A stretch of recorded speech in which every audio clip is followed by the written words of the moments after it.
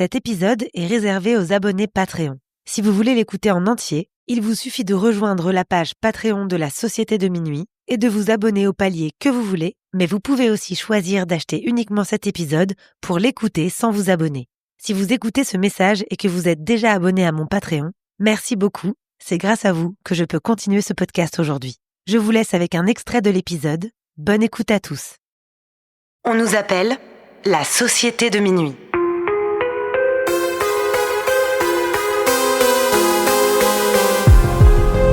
Séparément, on pourrait croire que nous sommes tous très différents les uns des autres.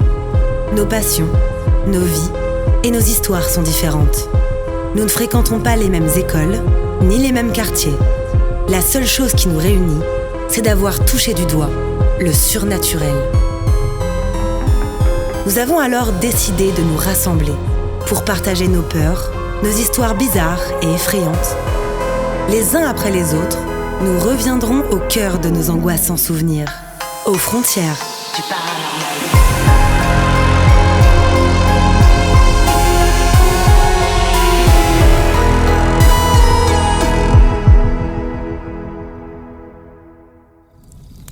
Si vous écoutez cet enregistrement, c'est bien parce que, vous aussi, vous partagez cette fascination pour l'étrange.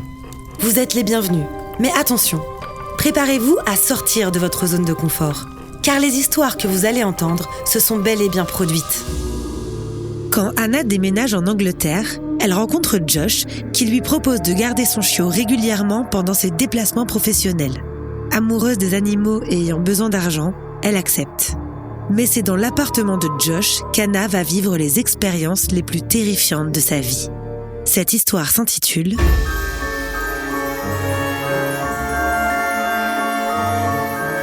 La nuit de la terreur.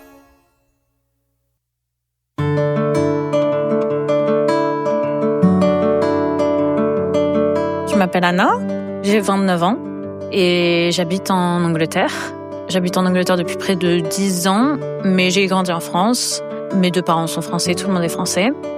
La première fois que quelque chose s'est passé, j'avais 19 ans.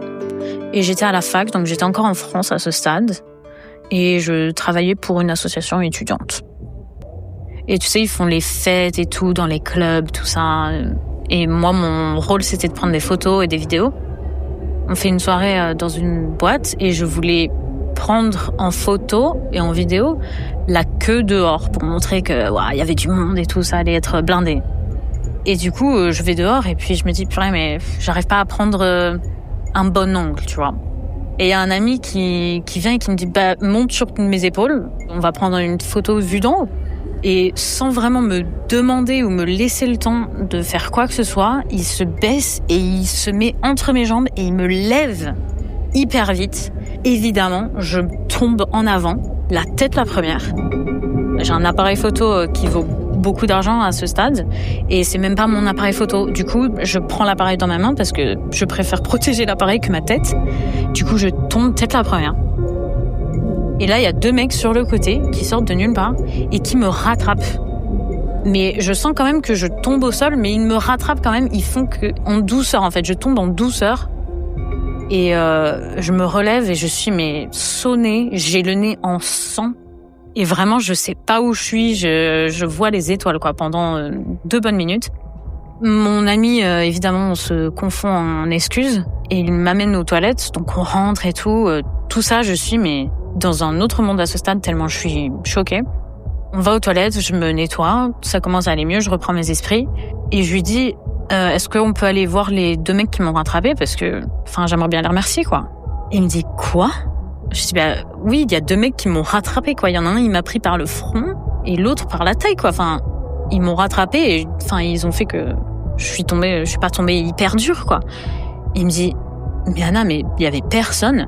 T'es tombée, mais sur la tête, quoi. T'es tombée comme ça.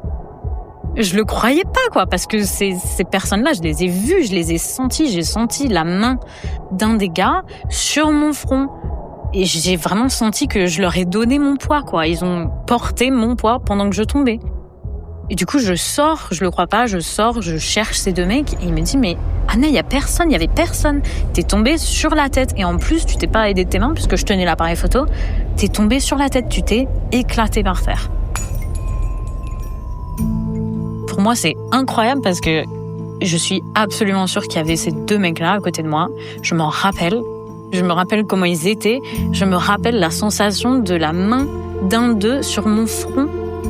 D'ailleurs, j'ai rien eu du tout. Et je suis tombée quand même de peut-être 1,5 mètre, un truc comme ça, sur ma tête sans m'être rattrapée. Et j'ai rien eu du tout. Je me suis pas cassé le nez, rien. Alors que tout le monde était hyper inquiet parce que ceux qui m'ont vu tomber, ils se sont dit « Ah ouais, la meuf, elle va pas être bien quoi après ça ». Je dis 2 mecs parce que c'est comme ça que je l'ai interprété, mais c'était plus peut-être pas des énergies, puisque c'était plus tangible que ça, on va dire, plus vrai que ça, mais quand j'y pense, je peux pas me les imager dans ma tête. J'arrive pas à me rappeler exactement comment ils étaient. Tout ce que je sais, c'est qu'il y avait 2 personnes qui m'ont aidée. C'est très flou en fait, c'est un concept. C'est un concept de 2 mecs qui me rattrapent. Aujourd'hui, cette histoire, elle me rassure un peu parce que je me dis, on a tous, je pense, quelqu'un qui veille sur nous, un peu comme des anges gardiens, que ce soit peut-être des gens qu'on connaisse ou qu'on ait connus, ou pas nécessairement. Personnellement, je pense pas que ça a été quelqu'un que j'ai connu, mais ça veut pas dire qu'eux, ils ne me connaissent pas. Mais ouais, pour moi, c'était quelque chose comme un ange gardien. Après cette histoire-là, il ne se passe rien en termes de paranormal dans ma vie. Quand j'ai 20 ans, je déménage en Angleterre. Et à ce stade, je travaille dans un salon de beauté. Et j'ai besoin d'argent en plus. Je fais la connaissance d'un gars qui s'appelle Josh, qui devient mon ami. Il veut prendre une petite chienne. Et il travaille beaucoup à l'étranger. Et je lui propose de l'aider quand il est pas là. Lui, il est content, c'est cool. Il me dit pas de souci. Mais comme c'est un chiot, il va falloir que j'aille chez lui puisque, voilà, elle est toute petite. Donc, il me fait visiter son appartement. C'est un appartement tout neuf. Il vient d'être construit dans un bâtiment tout neuf. Tout vraiment vient d'être construit et il vient de l'acheter. Et c'est un appartement en L, avec les 2 pièces aux 2 coins du L. Je commence à garder la petite chienne qui s'appelle Myla. Tout se passe bien, elle est adorable, elle est hyper facile. Et je reste en général chez lui. La toute première nuit que je vais chez lui, la chienne est toute petite et du coup, elle se rend pas compte, je pense, qu'il y a quelqu'un avec elle cette nuit-là. Et du coup, elle pleure. Elle dort dans le salon. Et je me dis, bon, je vais dormir dans le salon vraiment pour la rassurer qu'il y a quelqu'un, quoi. Puis elle me connaissait pas plus que ça, donc c'était surtout pour la rassurer. Du coup, je vais dormir dans le salon. Et la télé a des LED accrochés derrière. Et ces LED, j'ai jamais trop compris comment elles marchaient. Si c'était détecteur de mouvement ou si c'était quand la télé est allumée. Mais en tout cas, toute la nuit, elles ont clignoté. Alors que je bougeais pas, rien ne se passait. Et ça me réveillait de temps à autre comme ça, elles s'arrêtaient pas. Et j'ai jamais trop compris comment ça marche, ces LED. Mais bon, j'y ai pas du tout fait plus gaffe que ça. C'était la première nuit en plus, donc voilà. Donc je continue à garder la chienne. Et de plus en plus, je commence à remarquer des petits trucs qui se passent. Par exemple, quand je vais au travail le matin, j'éteins toutes les lumières, évidemment, c'est pas mon appart. Et quand je rentre le soir, il y a des lumières allumées. Et je comprends pas trop, mais ça arrive vraiment souvent. Et je me dis juste, c'est ma faute, j'étais fatiguée, j'ai pas fait gaffe. Mais quand même, ça m'étonne parce que je fais assez gaffe, puisque c'est pas mon appart, c'est pas moi qui paye l'électricité. Mais bon, je me dis c'est ma faute, je ferai plus attention. Il y a aussi pas mal de bruit qui se passe, en général dans le couloir. Donc les couloirs sont en L, et moi quand je suis dans le salon par exemple, j'entends des bruits de pas ou des choses qui tombent. Et je comprends vraiment pas tous ces bruits. Et je me dis, ça doit être les voisins. J'écoute les voisins rentrer, voilà. Mais il y a une fois où je regardais la télé, par exemple, et j'étais persuadée que quelqu'un était rentré dans l'appart. Et je me suis dit, c'est peut-être la mère de mon amie qui, elle, a les clés. Et je m'attendais à la voir débarquer, dans le salon. Et il y avait personne, en fait. Mais j'étais absolument persuadée qu'il y avait quelqu'un dans le couloir.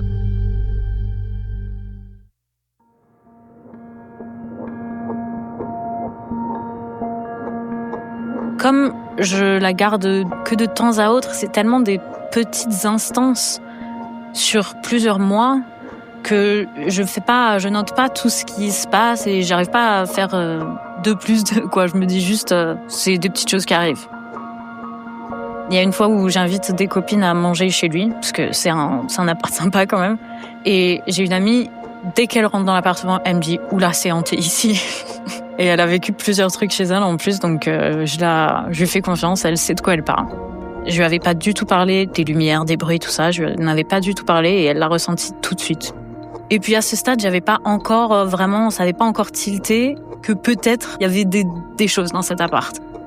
C'est pour ça que ça m'a pas non plus gênée et j'ai pas non plus j'en ai pas fait un problème ou j'en ai même pas parlé avec mon ami avant un petit moment quoi.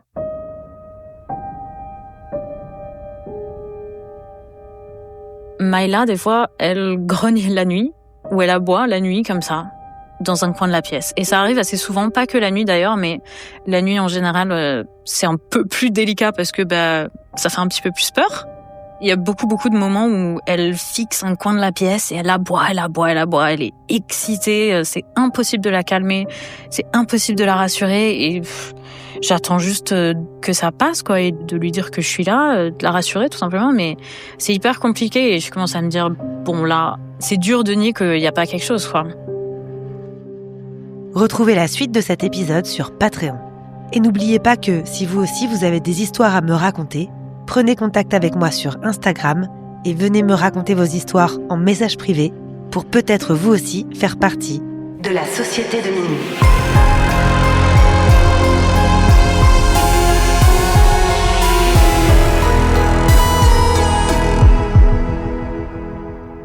Ce podcast a été imaginé, réalisé et monté par votre hôte, Tatiana Benamou. Il est mixé par Dimitri Benamou et la musique du générique a été composée par Jérémy Marlon.